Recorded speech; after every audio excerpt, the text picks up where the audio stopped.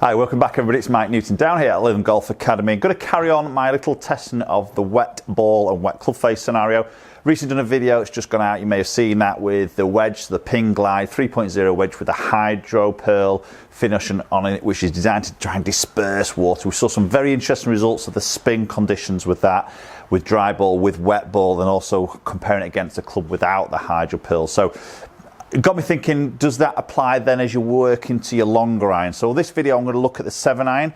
So I've got the Ping i500 7-iron, which obviously has that hyde-earl finish on it, and I'm going to put it up against the new Titleist T200. The reason why I picked these two is that they're pretty much identical on the loft. So the T200 is 30 degrees and the i500 is 30.5, so it's literally half a degree difference here. But obviously the hyde-earl without the hyde-earl, let's see if the results are very similar to what we saw with the wedge with the 7-irons.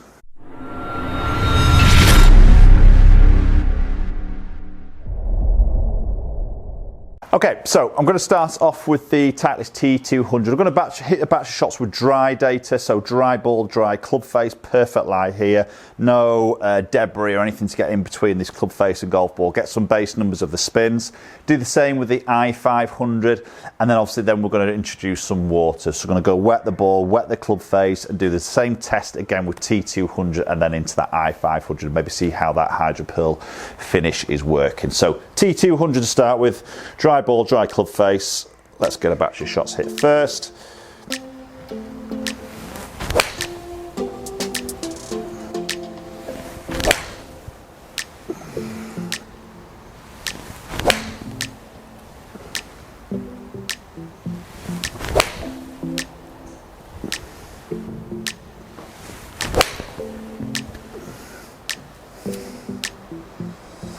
Okay, not too bad a one to finish with there, hitting that green quite nicely. So there's a batch, 5 shots hit with the T200 with dry ball, dry club face. I'm going to do this exactly the same with the i500.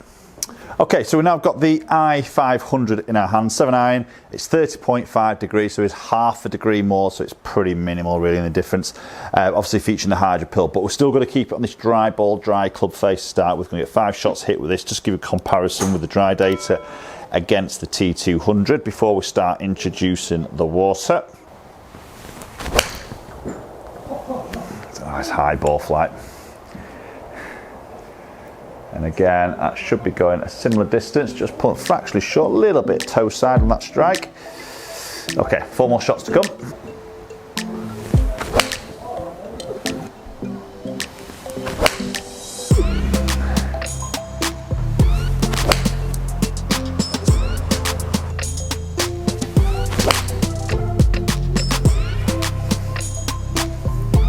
Okay, so there's the 5th shot with the i500. So let's go look at some numbers first, just with the dry ball data, because I've got to appreciate here I've got 2 slightly different heads with this, maybe where that CG placement is happening. Obviously, we've literally got half a degree differences. That's very minimal, but we'll see just where those spin numbers sit as a dry numbers to start with. Okay, so quickly looking into the dry numbers to start with. So T200 against i500. So really going to look at the spin numbers here to start with.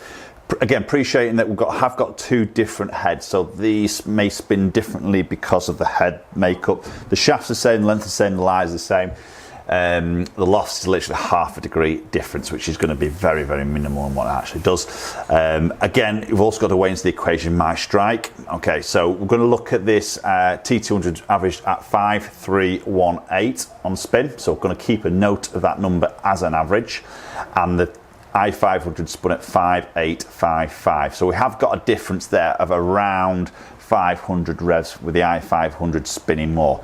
So we're going to keep an idea or a reminder we have got a 500 rev difference as we then do the same test now with the wet ball. Okay, so now introducing the water bottle. So we're going to wet the ball, we're going to wet the club face, get it pretty wet, and then we're obviously going to hit some shots. So I'm just going to wet it away from hitting out, so I'm not going to create a puddle, so I'm not going to hit out a puddle, but that is very wet there. Okay, and let's get this first one hit with i200, wet club face, wet golf ball.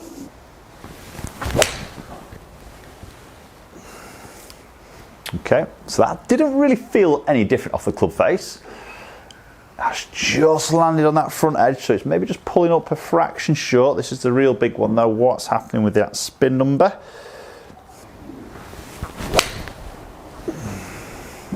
That's a lovely strike.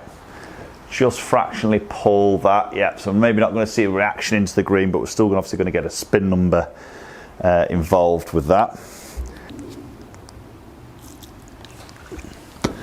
Creating some very nice little puddles there on the mat. Okay, so again, wet club face, wet golf ball. Little bit clean on that contact, but again, it's flown away quite nicely. It doesn't feel to be doing anything massively different there through that flight. Again, just fractionally on that left side. Okay, let's hit one more shot. Run that ball back through those puddles. Very wet, both club face and golf ball. That's a good strike. That felt nice. Better shot from me. Oh yeah, just coming up a fraction short there. That's released a little bit more because it's landed short. So on the simulator, when it lands short of the green, it doesn't grip the same. So it doesn't give a true indication of pull up as per spin number. But again, we're going to look at those spin numbers in a little bit more detail in a minute. That's a great strike. Yeah, doesn't feel any different off that club face. Landing on that green. Looks to be stopping pretty quick there. Going to be really interested to look at these spin numbers. Yeah, that looks to be a little bit more controllable, believe it or not. Okay, let's switch into the i500. Let's do exactly the same test. Let's wet it through. Nothing's changed, shafts haven't changed, heads haven't changed.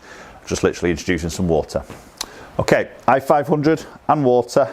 Let's do exactly the same. So just do it to the side, wet the club face and the golf ball. Very wet, you can see the beads of water on there. Exactly the same test. That's a little bit of a toey strike. Might just come up a bit short through the strike there, to be honest. And that's made it all the way up to the green. Landed on and released a little bit.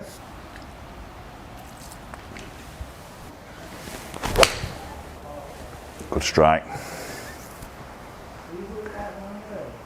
So that seems to be launching a little bit higher. That's gone quite a bit further. So we've seen a little bit more carry there, maybe with that i500.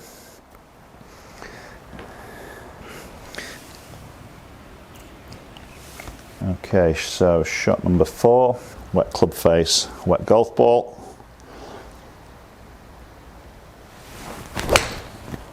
Again, good strike. Fractionally right half the green. Okay, and then last shot, number 5. Again, just run that ball through my little puddles of water here. Just wet that club face. So pretty extreme this, you know, you're going to expect some, maybe when you play on the golf course early morning, some dew, or if you're playing in the rain, some wet conditions, grass is wet. There's always going to be that interference of that water between club face and golf ball. Again, really good strike. Okay, let's see how that comes into that green. In the target nicely. And looks to be stopping pretty quick on that one. So, let's have a little look at those numbers and see how the i500 stacks up against that T200 with the wet conditions. Okay, so look at some numbers, just reminding ourselves of the dry conditions. So T200 dry, this is quite astounding, the difference here. This is not what I was expecting. So averaged at 3518 T200 dry. When we put it in the wet, what's going to happen? The spin has increased. So it's actually gone up to just under 6,300 and pretty consistent around that sort of number, even one at nearly at 7,000. So I've actually increased a spin number there, which goes completely against what I was expecting to sort of happen. Which has just baffled me a little bit. So distance hasn't really changed, 172. Ball speed, little bit quicker, so I've struck them maybe a little bit better. They could have that sort of argument. It's launched a touch lower, but it has actually spun much higher, nearly a good, 1,000 revs more spin. Just wasn't expecting that at all. Looking at the i500 dry, this is the one I'm really interested with, the hyde-earl finish, 5855. Okay. And we look at the i500 in the wet, it's actually lost spin.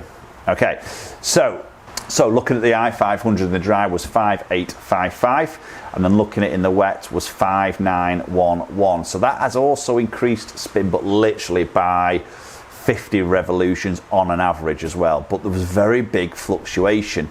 So you can see 5.1 is a 4.5 there, then the last three are into sort of mid 6,000. So very big jumping around of that spin, very inconsistent really. And to be fair, with the i500, other strikes felt pretty good, to be fair, but clearly we've got a couple of flyers. So you see when that spin drops off at 4.5, you see how much further that ball goes, another 10 yards, 182 on that carry from the similar sort of ball speed. So the ball speed's telling me that I've struck it pretty consistent in the same position, yet a big fluctuation of that spin, and that is going really against what we saw as the results in that wedge test. The wedge test definitely saw a massive drop off when we weighted the Cobra head. The Ping Glide head didn't drop off. It did drop off a little bit, but it didn't drop off much. But this is actually gaining a little bit of spin as we're maybe going to that less loft. And the T200 was a massive surprise. I'm struggling to get my sort of head around that because again, the strikes felt pretty sort of similar. Okay, you could say I've struck it a little bit better on that batch, just get that ball speed up a little bit, so that you might think, okay, that will add a little bit of spin, but 1,000 revs is a hell of a lot. Right, okay guys, so there we go. That surprised me. It's absolutely baffled me, to be honest. Very different set of results as what we saw with the wedges.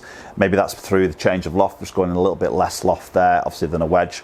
It's given us a different set of results. So maybe just got me thinking again, this hyde-earl, I was thinking, wow, this is some finish on this wall, what we saw with a wedge. And you could have a little bit of an argument that the wedge is maybe a little bit more important, hitting those shots in and around the green, keeping that sort of spin up against maybe something else that's dropping off. But yeah, that's just thrown me a little bit. With T200s, it gained nearly 1,000 revs on that test. Again, we've got to always include my strike into that, as well as you know, obviously slight little changes in the head position. And that's one of the reasons why I just get rid of that wasp. One of the reasons why I want to do the same test dry and then compare it when it's wet. So the hyde-earl didn't really lose any spin from its dry numbers, but I'm surprised that T200 gaining 1,000 revs wet. That's really thrown me. But we did see a big fluctuation of the spin numbers with the i500. So, you know, some shots you might get a bit more water in there than the others. We can't control that. We can't measure that. We can't test it with exactly the same amount of water between club face and golf ball. It's impossible to do. It's just something that's going to happen out on that golf course, and we've just got to sort of deal with it. But I think that just worry me a little bit. If I've got 4,500, you can see it goes another 10 yards further. Next one spins at 6.5 nearly. That's 2,000 different spin. There's going to be a massive difference of how that ball flies and how that ball carries in terms of a distance. Let me know your thoughts. As always, really interesting one for me. That was definitely not what I expected to sort of happen compared to what we saw in that wedge review. But I'd love to hear your thoughts as always, so do comment down below. If you haven't subscribed, enjoying the content I'm putting out there, please hit that subscribe button, ring the bell for future notifications, be one of the very first ones to watch it as soon as my content lands on the channel. Also follow me on social media platforms, both Instagram and Twitter. The handles there are @MGolfCoach, and hopefully we'll catch up with you all very soon.